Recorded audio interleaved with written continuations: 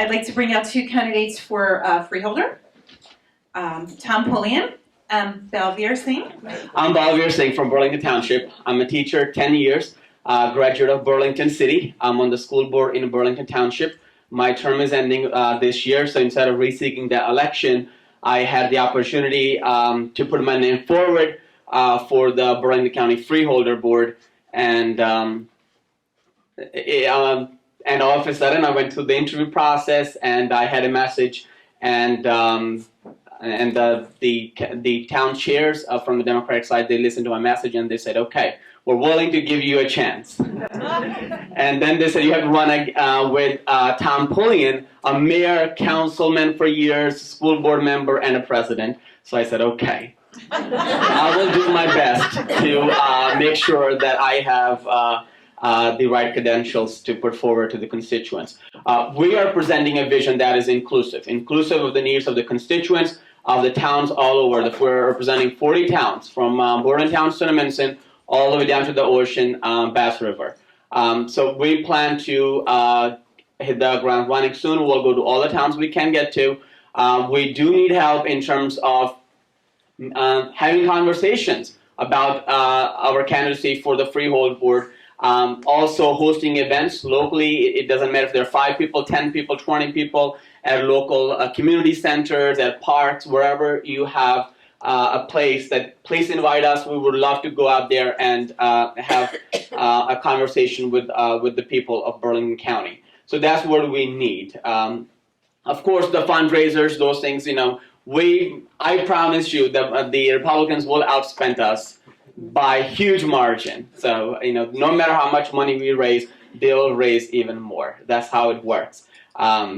But what we need to do is get our message out to talk to the people all over the county. So, like George was talking about how a month ago he didn't think of this. I didn't think of running for Freeholder. I was set on running for my re-election or as a school board member. There's a lot that needs to be done there too. As a teacher, that's a cause that's dear to me. But all of a sudden, I said, okay, where else can I contribute? I have a vision of how I think the government should work. It should be for the people, not for the corporate. In our county, the Freeholder Board is a strong 5-member board, all Republicans. And for years, every once in a while, we're able to get some Democrats in, but we don't have a majority in. I think it's been 40-some years we haven't had a majority there. So they are making tons and tons of money, making appointments to positions that get lots of money for their people, and not really caring about the constituents. When it comes down to constituents, a couple of years ago, you may remember, there's a hospital in Pemberton, Pullion Hospital. It was shut down because they said they were losing money. Sure, they were losing money. 85% of the people there, the senior citizens are there, were on Medicaid. So, of course, when it comes to making money, balancing a budget, that's one of the first things they cut down. Burlington County Times interviewed the county people, and their spokesman said, well, there's some things that are statutory. There's something that we have to do. And the nursing homes are optional. That's a quote from them. No, we don't think this taking care of our seniors is optional at all. It never should be, and it's not. So we are going to be going door to door to present a vision that we are here for the people, not for corporations. We're not going to spend hundreds of thousands of dollars on some feasibility studies to tell the county what is a problem in the county, and then they at the end decide, oh, okay, it's too much. It's going to cost too much. We're going to spend $200,000 on doing a feasibility study on Centerton Bridge, connecting Marlborough and Willingboro, to tell us it's going to cost us a lot of money to build it. So, and then, of course, they said it's a lot of money, so we're not going to build it. $250,000, $1,000 gone. Now they're spending $150,000 on doing a feasibility study how to develop the 130 area. Amazing.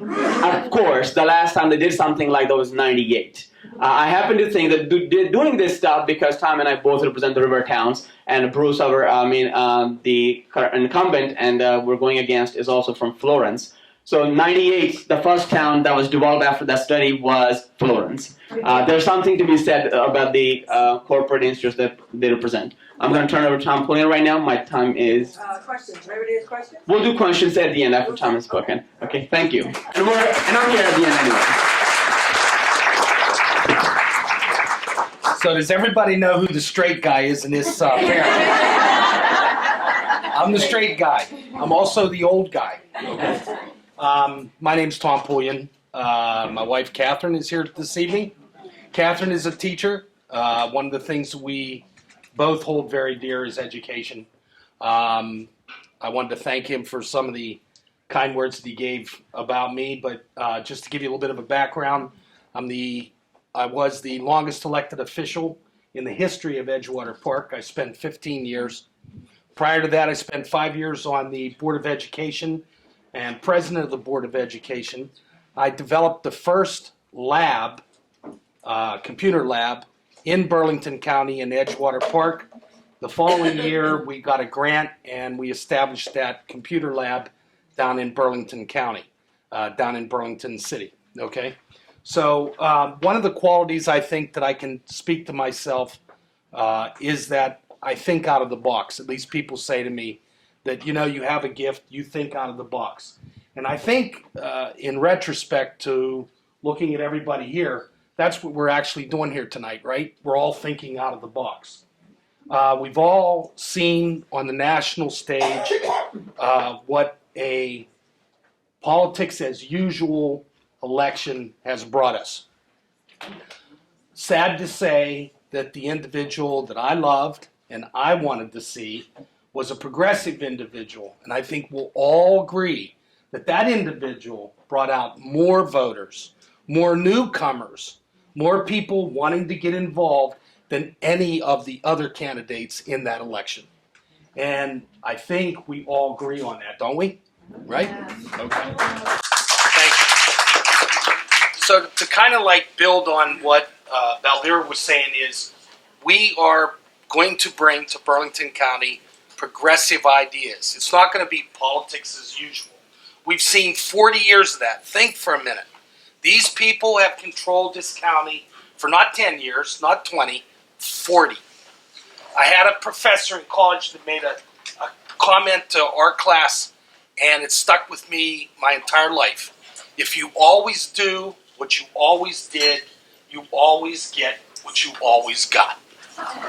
And if you're not going to change the people, you're not going to get change. Okay? As Balvir said, it's going to take the two of us to get over there first. The following year is going to be the year where we take control. And I want to say something about the crowds here as I finish. I can tell you that this is going to be a successful year because we're the last speakers and you're not asleep and you're not walking out the door. Okay? Thank you very much.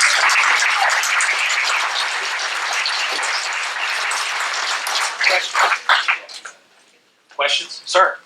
It's not a question, it's more of a statement. I'm hoping that you guys can change the framing of these things that the Republicans say. Like, we're losing money on the hospital, as if it was supposed to be a profit center. Right, It's exactly. all government. Yep. It provides services and you pay for it. It's not about making money. Yep. So you just gotta be bold. It's easy for me to say I'm not the candidate, but you gotta be bold and turn the framing on them. I agree. They're just getting it wrong from the start. Yep. And I think what speaks, if we're in front of you tonight, I think you know where our heart and our mind is, and that is we've seen everything go away from the middle class and the lower class people. We've seen that throughout this entire country. And people like us, if you put us there, we're going to work very hard to make sure that it gets back to the middle class people. It might be helpful to let people know, it might be a new type of election that people are not familiar with. What is it? Is there anything specific that the public can do to support you to help with that? Vote, number one. Right, of course. Number two, if you'd like to donate some money to our campaign, we'd love it, okay? Do you need volunteers? Oh, definitely. We're in the process right now of building our website, okay? And Candace, if you want to volunteer or donate or anything, cookies.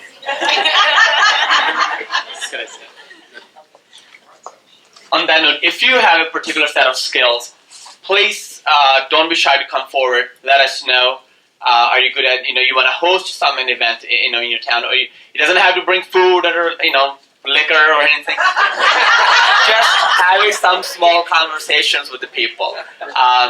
If you want to, if you want us to attend a cause that is dear to you, you never know. We may be on the same track in a lot of things. We're very progressive candidates. We will have the support of the Bernice group of a revolution.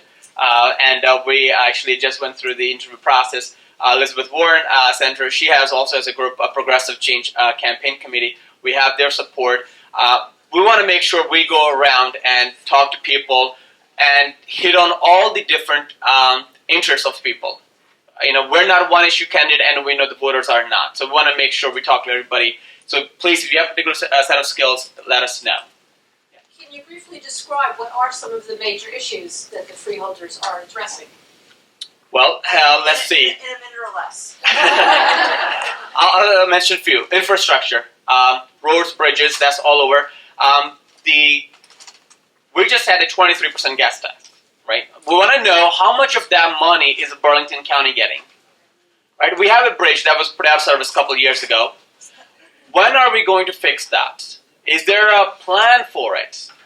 We are spending over $300 in that gas tax on average, individual in the state of New Jersey, just extra.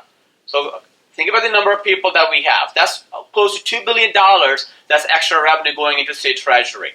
When is that money coming to us in Burlington County? And it's not the the assemblymen or the Senate, it's not the town's mayors and councils, it's the county freeholder board that has to advocate for the county interests. Foreclosures. We are the second highest at the rate in New Jersey for foreclosures behind Camden. That says something about it. Well, affordable housing, we're in a crisis, so something has to go hand in hand. You have to fix the foreclosures crisis. At the same time, you have to provide affordable housing. We are going to encourage that the towns and municipalities take over those abandoned properties and turn them for affordable housing. Instead of building a section at the far end of a township and saying, okay, this is where the poor people can go. Hi. I've been an addictions therapist for 20 years, and there's something that hasn't been mentioned tonight. It's not really a question, it's more of a statement, and I guess a little bit of a question. But what I've seen over the years has been really horrible, and especially recently. And what's really disturbing to me is that corporations are coming in, and they're taking over the rehabs that I work in and the psych hospitals that I have worked in, and they are profiting.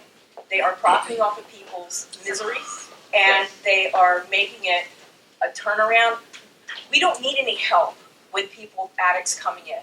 It's an epidemic, with the heroin epidemic.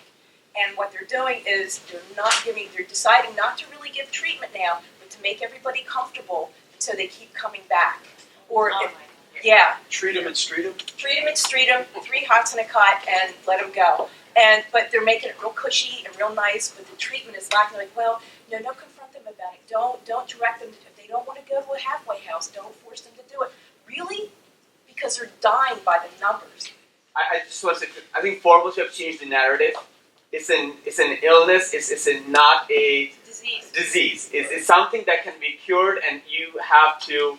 I think that's the public perception, and that's because that's how it has been portrayed.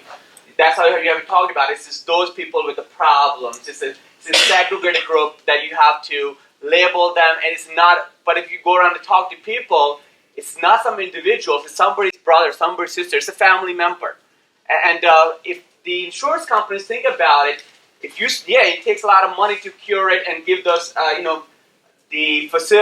provide facilities and services at the beginning. But in the long run, it does save money. So economically speaking, it does make sense to invest in these services. I mean, at the county level, we will make sure that the social services at the county, where all the services that we have at our disposal, and in terms of being the representative of the county, that we argue for this at the state level too, to bring services to the county, make sure they are they are treating people right. Thank you.